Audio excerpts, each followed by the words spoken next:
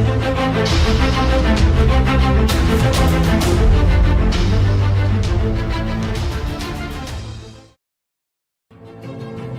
are one decision away from changing your life. And you have to accept that. You're one new meeting, one new relationship, one new contact, one new action, one new decision away from shifting your life from where it is right now to a totally different place. Decisions shape our destiny when they're backed up by some massive ass action. But you can't take the action if you don't decide.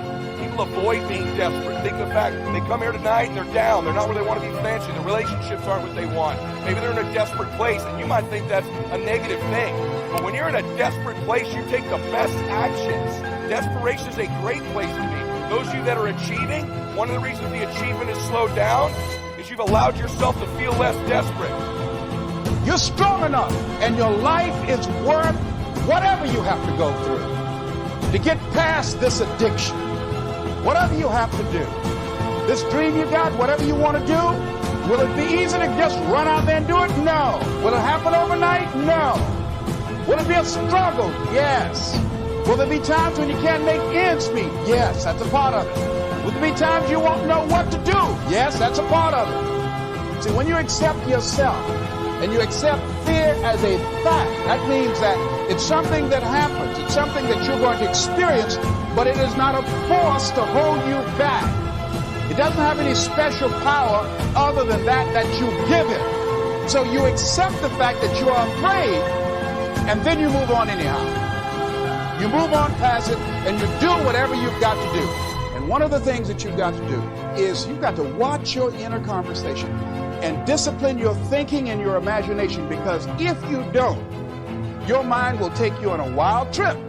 When you remove desperation, all this bullshit creeps into your life where you think you have to have the perfect plan and look the perfect way and have the perfect thoughts and be all zen and perfect. The challenge for most people is that we obsess on the things we're fearful of, what we don't have, what we're worried about.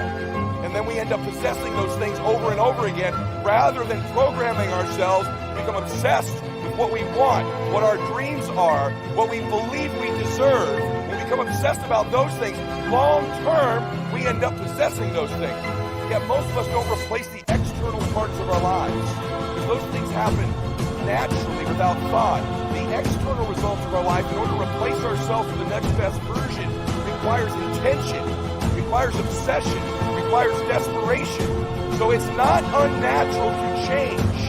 You should constantly be replacing yourself, just like your bones do, just like your lungs do, just like your cells do.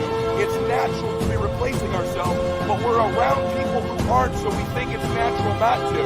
The way that I changed my life first, I worked on my identity. And strengthening yourself in that area. As you assess your strengths and your weaknesses, as you begin to prove yourself and your passions and your dreams and your goals and the things that you want, if you decide to experience all of your true potential, as you decide to manifest all of your greatness, as you decide, wait a minute, what else is available to me out here?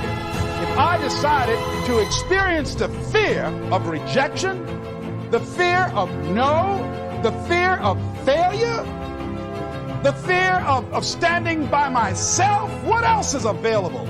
Of taking a chance, a fear of losing it all. What else is available to me that will bring some extra meaning and value?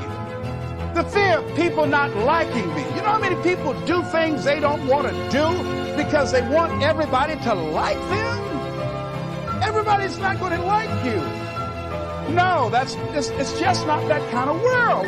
But you know, there are a lot of people who won't take positions on issues, who won't take a stand for things they believe in, who won't speak up for themselves because they don't want to make anybody mad. Your identity is the thoughts, concepts, and beliefs that you hold to be most true about yourself.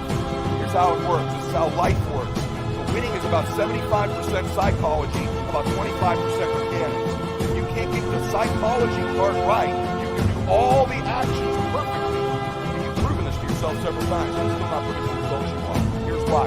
Your identity is like a thermostat setting for your entire life. You have a thermostat setting for your relationships, for your faith, for your money, for your wellness, for your body, for your spirituality.